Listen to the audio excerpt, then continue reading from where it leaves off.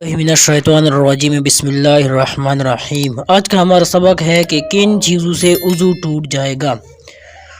मसला नंबर 1, औरत या मर्द के पेशाब या पाखाने के मकाम से कोई चीज़ खारिज हो तो वज़ू टूट जाएगा। मसला नंबर 2, एक शख्स नमाज के लिए जा रहा है, पैर को ठोकर लगी, इतना खून निकला कि खून अपनी जगह से बह गया, वज़ू टूट जाएगा। मसला नंबर 3, औरत कपड़े सी रही है तो सुई की नोक लगी जिससे खून निकला, इतना निकला कि अपनी जगह से बह गया, वज़ू टूट जाएगा।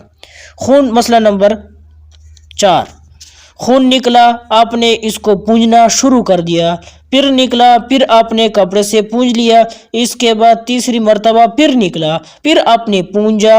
अब ये उर्फ में बहने के ज़मरे में तो नहीं आएगा, मगर आपने पूंछते तो वो बह जाता, यानी अगर आप ना पूंछते तो खून बह जाता। ऐसी सूरत में भी वज़ू क्या हो जाएगा, टूट जाएगा। मसला नंबर 5, कोई चाला या ज़ख़म ऐसा था जिसमें पानी भरा हुआ था, काल के निकलने पर या कोई चीज़ ज़ख़म पर लगने से काल फट गई और खून निकला तो वज़ू टूट जाएगा। मसला नंबर 6, पूड़े या पंसी से खून निकल जाए, इसी तरह पीप या कोई दूसरा मवाद बह जाए, इन तमाम चीज़ों से वज़ू टूट जाएगा।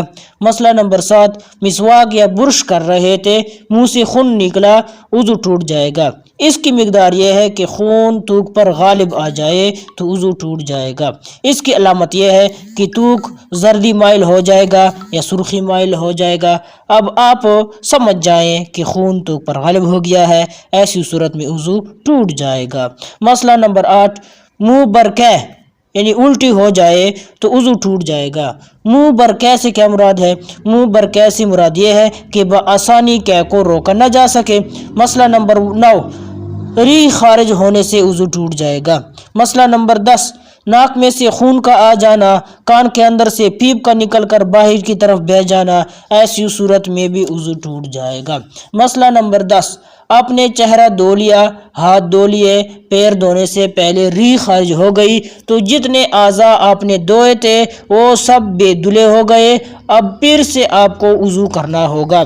मसला नंबर 11, अगर आपने मसला नंबर 12 है, अगर आपने चुल्लू में पानी लिया ताकि नाक में पानी चढ़ाया जाए, उस वक्त आपकी री खारिज हो गई तो जो पानी चुल्लू में था वो मुस्तमल हो गया, अब वो वज़ू में इस्तेमाल नहीं होगा, लिहाजा चुल्लू वाला पानी फेंक दें, दूसरा पानी लेकर दोबारा वज़ू करें। मसला नंबर 13, कोई शख्स बैठा है, बैठे बैठे ऊँग आ गई, ऊँग आने के बाद गिर गया और गिरने के बाद फौरन फिर उठ गया, वज़ू नहीं टूटेगा, मगर गिरने के बाद भी आंख न खुली, गाफिल रहा तो वज़ू टूट जाएगा। मसला नंबर 14, कोई शख्स अगर दो जानू होकर बगैर टेक लगाए बैठा है और सो गया, वज़ू नहीं टूटेगा। अगर उसने बैठे बैठे किसी सहारे से टेक लगा ली और सो गया तो वज़ू टूट जाएगा। मसला नंबर 15, हालत नमाज में कोई बात याद आ गई जो मज़ाहिया थी, आप हालत नमाज में कहका लगा कर हंसे और बराबर वाले नमाजी ने भी आपकी आवाज़ सुनी, ऐसी सूरत में वज़ू भी टूट जाएगा और नमाज भी टूट जाएगी। मसला नंबर 16 और आखिरी मसला है, हालत नमाज में हंसी आ गई, इतनी आवाज़ से हंसा कि सिर्फ खुद ने अपनी हंसी की आवाज़ सुनी, बराबर वाले ने न सुनी, ऐसी सूरत में नमाज टूट जाएगी, मगर